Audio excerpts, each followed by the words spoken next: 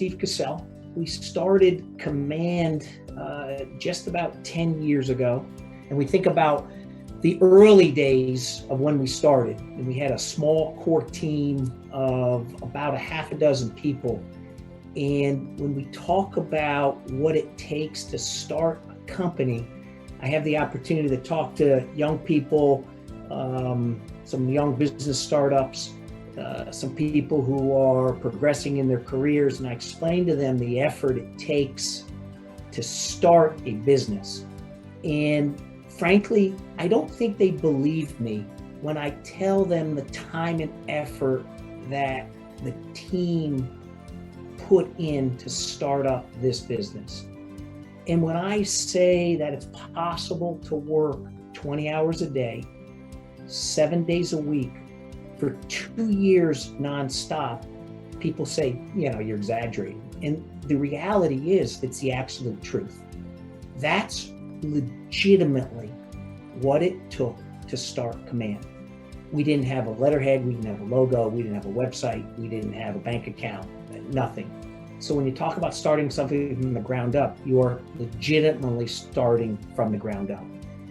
It was a constant focus and review and look at how to make our company the best in the business, period.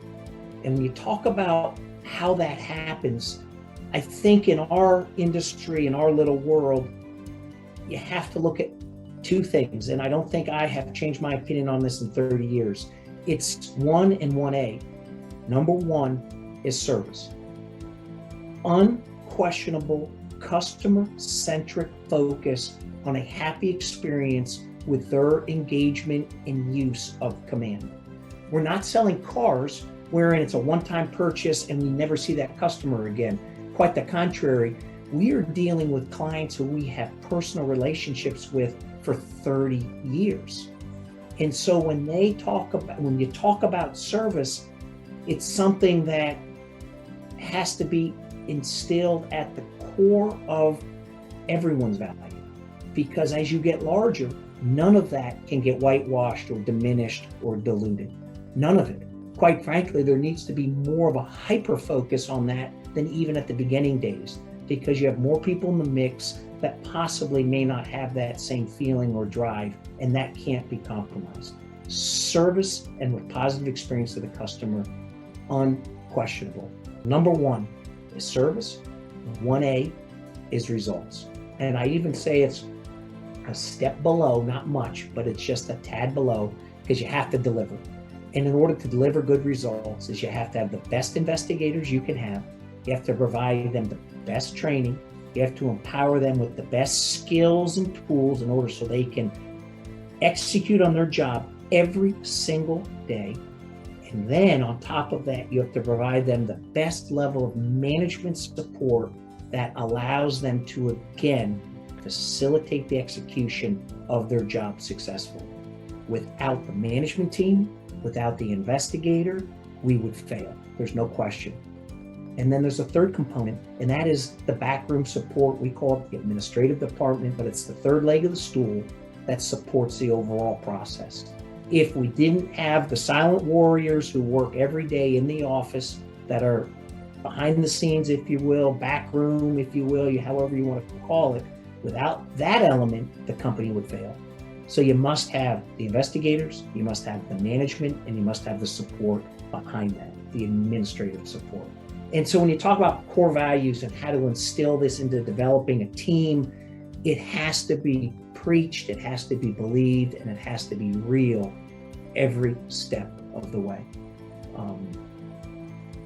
And there's nothing easy about it. But with good people, hard work actually is pretty easy. So clearly there has to be natural synergies and energy between the group with fundamental core respect for people as individuals, as business operators, as parents, as husbands, as wives. And when all that clicks, there's an opportunity for success. Not a guarantee, but an opportunity.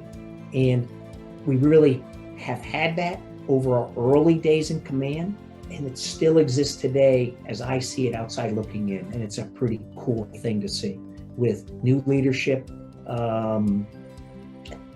new as in different from what it was, has continued to perpetuate that.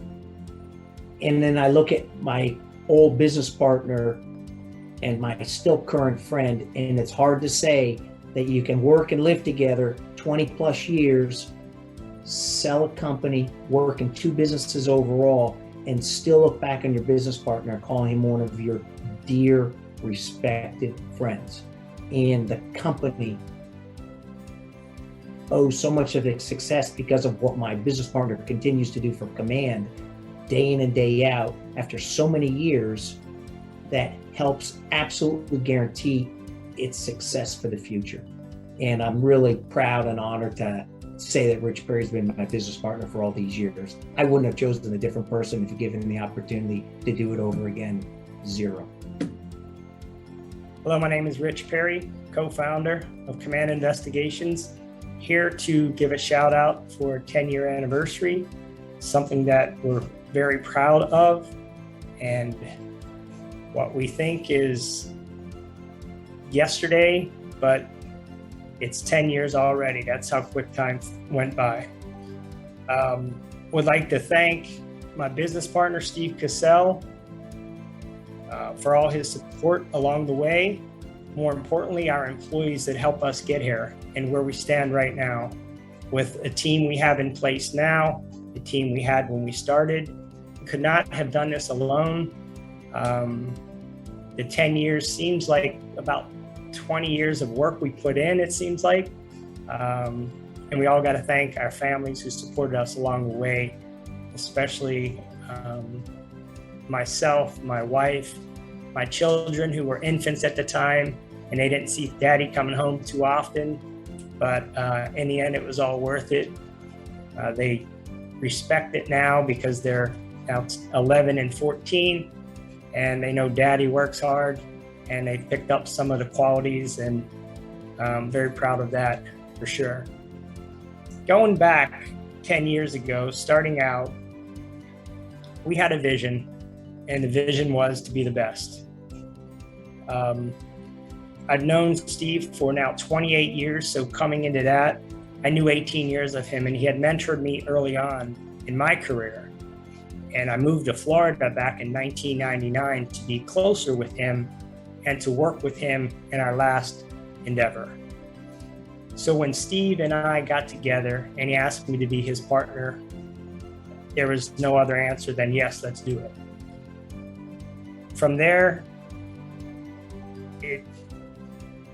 we spent more time together on and off the field.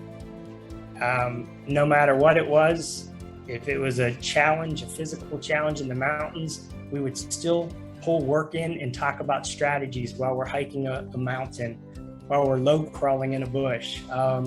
We've done all that together, and so the balance with work and the balance with pleasure was still there, and our wives and family supported us along the way. The staff that helped us get here can't be forgotten, because without them, we wouldn't be here. Tireless hours, the operations, the administration, the sales team leaving their families for conferences. The core value that we had was work hard, play hard, which we did. And along the way, we want to thank our partners, our clientele who supported us and gave us that opportunity. Because without them, we wouldn't be here. Without their trust in us handling their files and giving them the results and service, we wouldn't be here today. So thank you for all those who have used our product, continue to use our product, and have given us a start 10 years ago when we asked for. Fun facts about Steve Cassell. Steve is a man who could live off black coffee. Some of our arguments have come in the car when he wouldn't stop to feed me because he was living on coffee, and we were at 16 hours crossing the state with multiple meetings. That's fact number one. Fact number two is Steve's idea of an owner's retreat is physical competition where you may not walk the next couple days.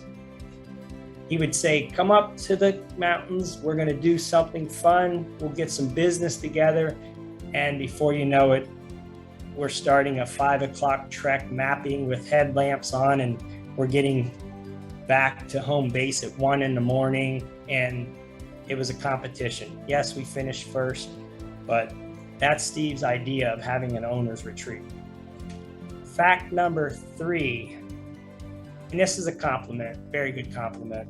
Steve does see things in a different perspective, more so than anyone else I've ever dealt with. So whether it was personal, whether it was business, whether it was just pick someone's brain, Steve was that guy that I would call and just ask a random question. What would you do? And he had opened my eyes up to things throughout my life, and just seeing things in a different perspective. So a good trait to have. So thanks, Steve.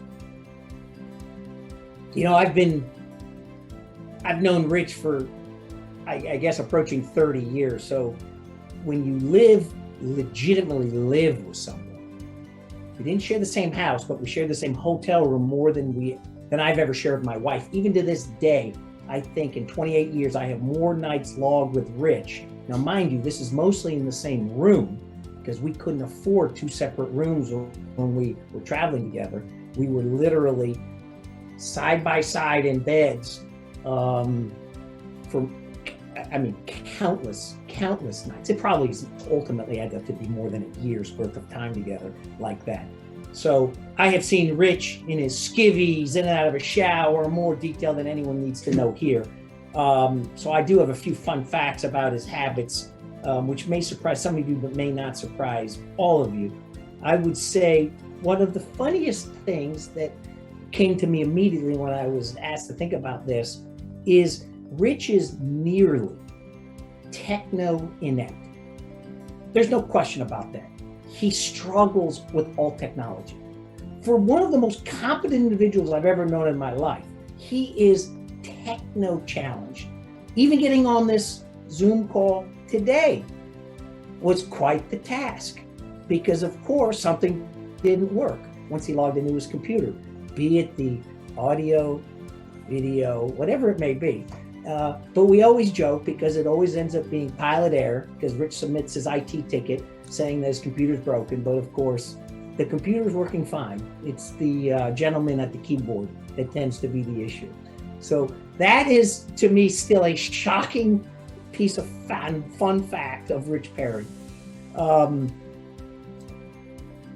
Thank God we have an IT person who has the patience of Job to handle Rich daily. So, and the rest of his management team. It makes things much easier. I would say maybe the other couple things is, I already mentioned this, he's an incredibly kind roommate, doesn't snore.